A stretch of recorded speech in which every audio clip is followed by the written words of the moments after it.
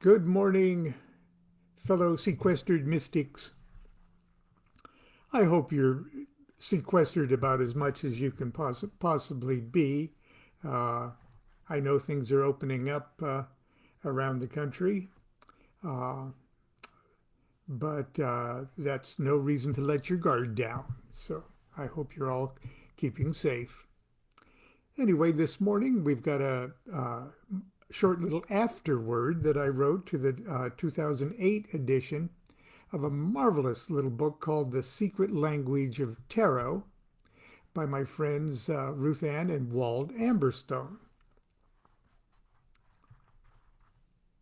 So if you're ready, here we go.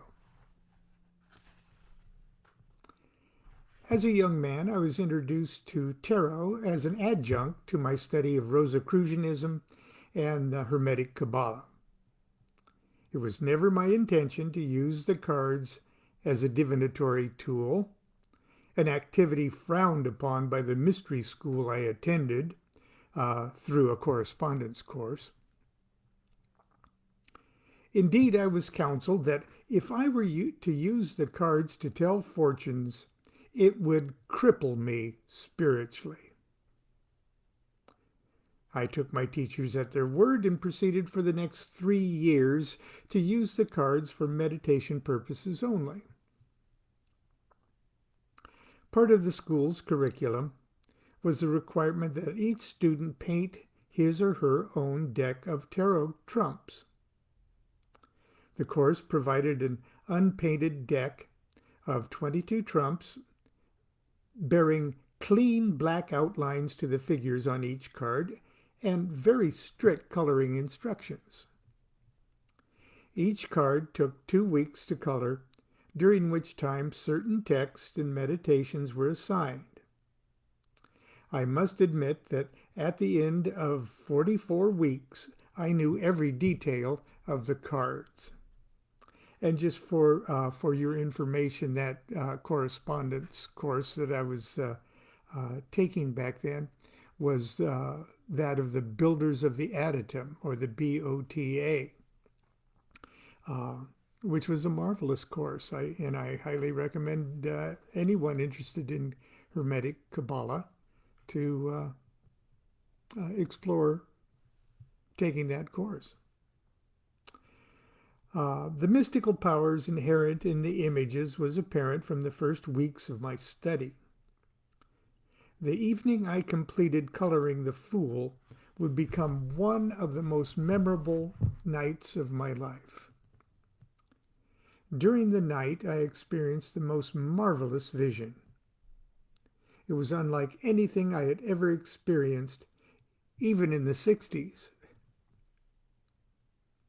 It was so intense that even after I woke up and turned on the light, the living images continued to play across the screen of my vision. I won't bore you with the curiously personal details of this nocturnal initiation. It's enough to say that it was an initiation. Not an initiation into the bricks and mortar order that mailed me those monographs each week, but into the temple of tarot itself.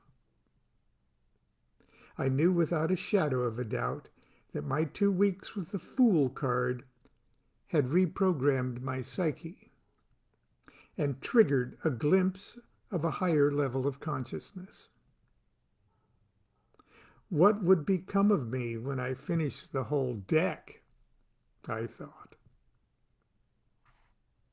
Now, over 30 years later, tarot continues to play a central role in my life.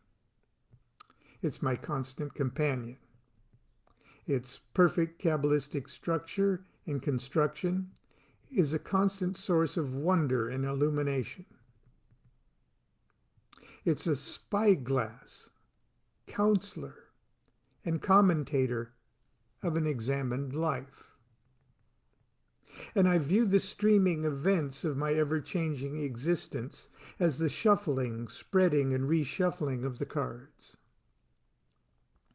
My relationship with the cards has long ago transcended the stage of, oh, My, the damn Prince of Cups is beating me up with the Three of Discs again. The cards have ceased to be metaphoric cartoons of my intellect and reasoning process, and have literally become communicating angels of my intuitional life. In the language of tarot, I am moving from the world of swords to the world of cups. And tarot gives me the secret language, the vocabulary to voice such ineffable spiritual subtleties. That's perhaps tarot's greatest gift to the student of the soul. The ability to communicate with the various parts of our being, to give form and meaning to parts of our psyche that are formless and indefinable. The secret language, the gift of the god Thoth. I've long since abandoned my eschewing of tarot as a divinatory tool. This is not to say that I consider my readings for other people to be a form of fortune-telling. Tarot, or indeed any oracle, cannot show us the future or directly answer our questions. Tarot is simply a vehicle of perfection, and eternal truth is revealed in perfection.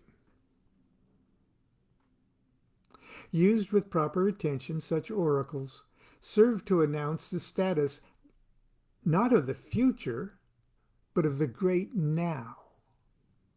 It's the person who consults the oracle who must somehow glimpse the future or hear the answer to his or her question in that announcement. That being said, I can honestly say that I have never consciously made an important decision based on information I received from a tarot reading, especially my own, or any other form of divination.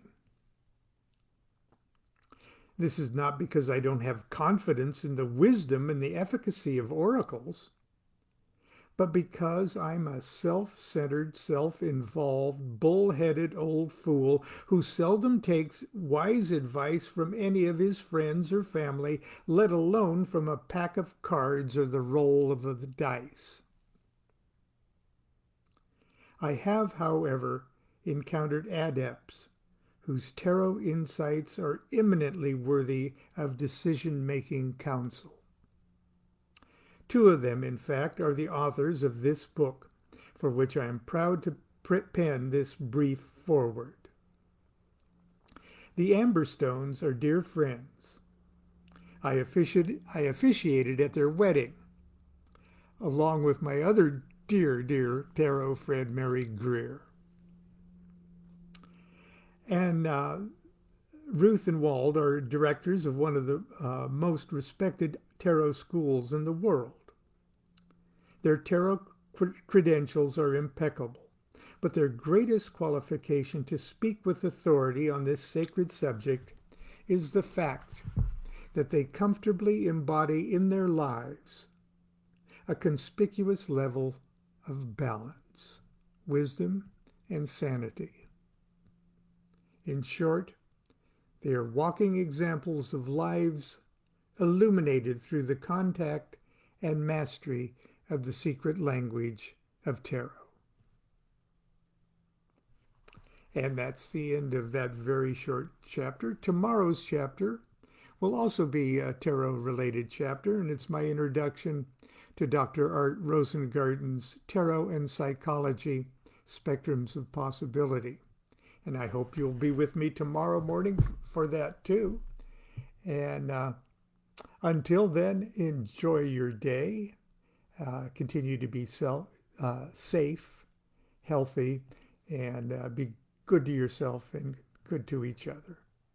Do what thou wilt shall be the whole of the law. Love is the law, love under will. Bye.